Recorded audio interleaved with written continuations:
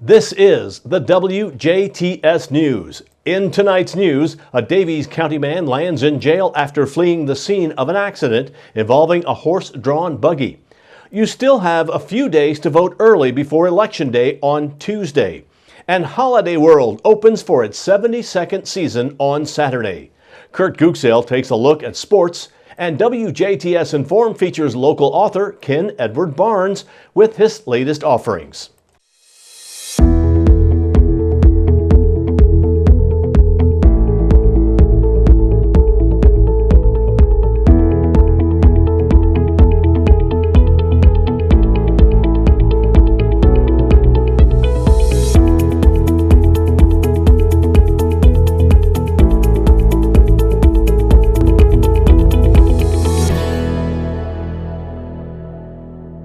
Thanks for tuning in. I'm Bill Potter with the WJTS News.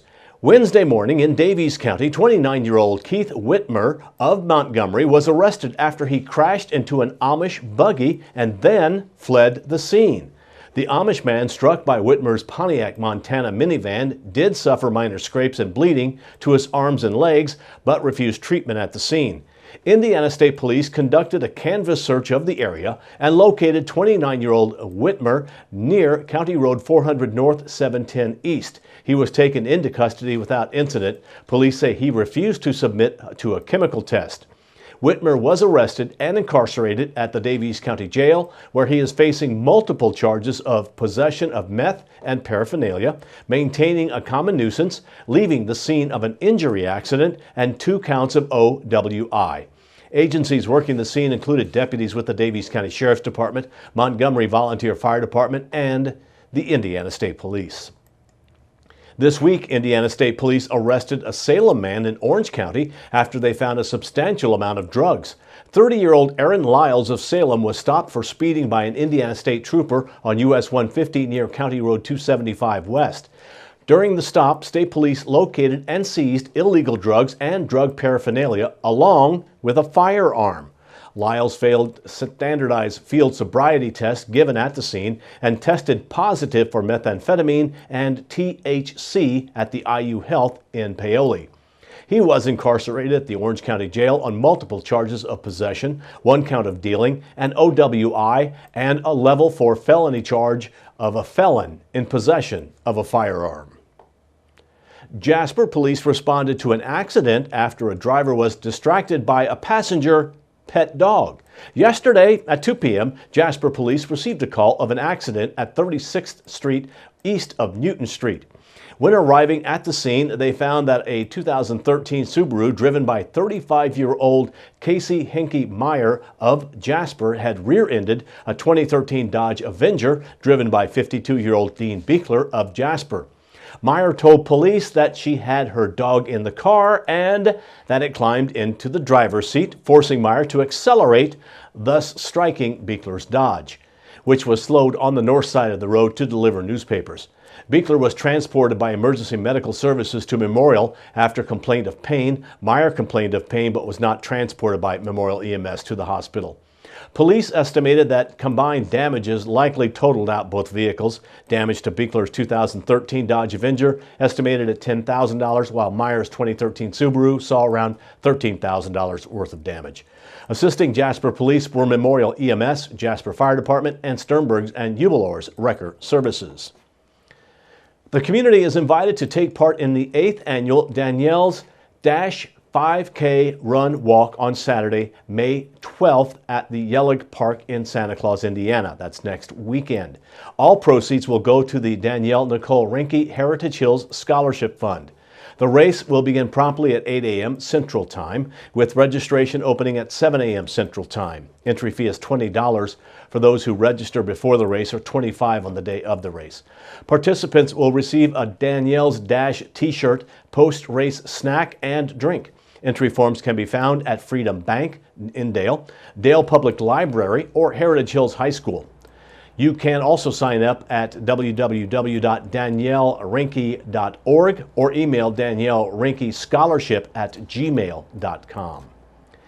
In other community news from Spencer County, the 26th annual Letter Carrier Stamp Out Hunger Food Drive will be held Saturday, May 12th, and all food collected will go to the local food bank at the Christian Resource Center in Rockport. Food can be left at the mailbox Saturday, May 12th, for carriers to pick up. If anyone would like to volunteer their time in delivering the collected food to the food bank, they can contact the Rockport Postmaster, Sandra Howard, at 812-649-4483. 649-4483. Everyone is also invited to drop food donations to their local post office as well. Offices participating in the local area in Spencer County are the Crisney Post Office, Richland Post Office, Grandview Post Office, Hatfield Post Office, and Rockport Post Office. Marshal Doc Terry, a veteran of the Korean War from rural Tell City, will take part in Saturday's honor flight to Washington, D.C. Marvin Howell of Gatchel, a veteran of the U.S. Army, will also be making the trip. They will join more than 80 other veterans and their guardians for a once-in-a-lifetime day trip to our nation's capital to visit the Tomb of the Unknown Soldier and the war memorials for World War II, Korea, and Vietnam. There will be a welcome home parade at the Evansville Regional Airport at about 8 p.m. Central Time on Saturday. All parking is at Anchor Industries and Wabash Plastics at State Road 57 and Baumgart. Watch for signs. There are free shuttle buses to the airport. No airport parking permitted without prior parking passes. Out property parking available at Anchor Industries. HFSI will shuttle those wanting to view the Welcome Home Parade from Anchor Industries to EVV Airport. Please follow the NDOT signs. The plane doesn't land until 8:30, but shuttle services will stop at 7:30 to the airport. Please bring your banners, flags, and signs for a hero's welcome home. The 2018 Indiana primary election is just 4 days away, and early voting will soon be winding down in DuBois County. Early voting for next Tuesday's election began April 10th at the DuBois County Annex, which is located on Jasper Downtown Square. Voting at the Annex will continue on Saturday and Monday. The Annex will be open Saturday, May 5th from 8 a.m. to 3 p.m., as well as the last day of early voting this Monday, May 7th, when their hours will be 8 a.m. until noon. Other locations around the county that will be open for early voting include the DuBois Library, the Ferdinand Library, the Huntingburg Events Center. These sites are only open Saturday, May 5th from 8 a.m. until noon. The Northside Jasper Fire Station, located at 35th Street, will also be open for voting Saturday from 8 a.m. until noon. All registered voters from DuBois County may vote at any of these voting sites. A voter does not have to vote in his or her precinct during early absentee voting. Voters must show photo identification to cast a ballot. Holiday World opens for its 72nd season Saturday with a $3.5 million in additions and improvements. This weekend and this season, Holiday World's visitors will experience track improvements for the Voyage, world's largest or second longest wooden roller coaster, along with a newly restored Scarecrow Scrambler, a classic ride added to the park in 1975. Splash and Safari will open for the season next Thursday, May 10th. New additions there include Timbo Falls, a water slide complex with 8 junior slides, Timbo Tides, a junior wave pool plus spray features for younger children. Park President Matt Eckert says they're adding a fun elephant-themed water play area for younger children, which will open in early June. In the fall, a huge new themed maze will be added to the activities during the park's Happy Halloween weekends.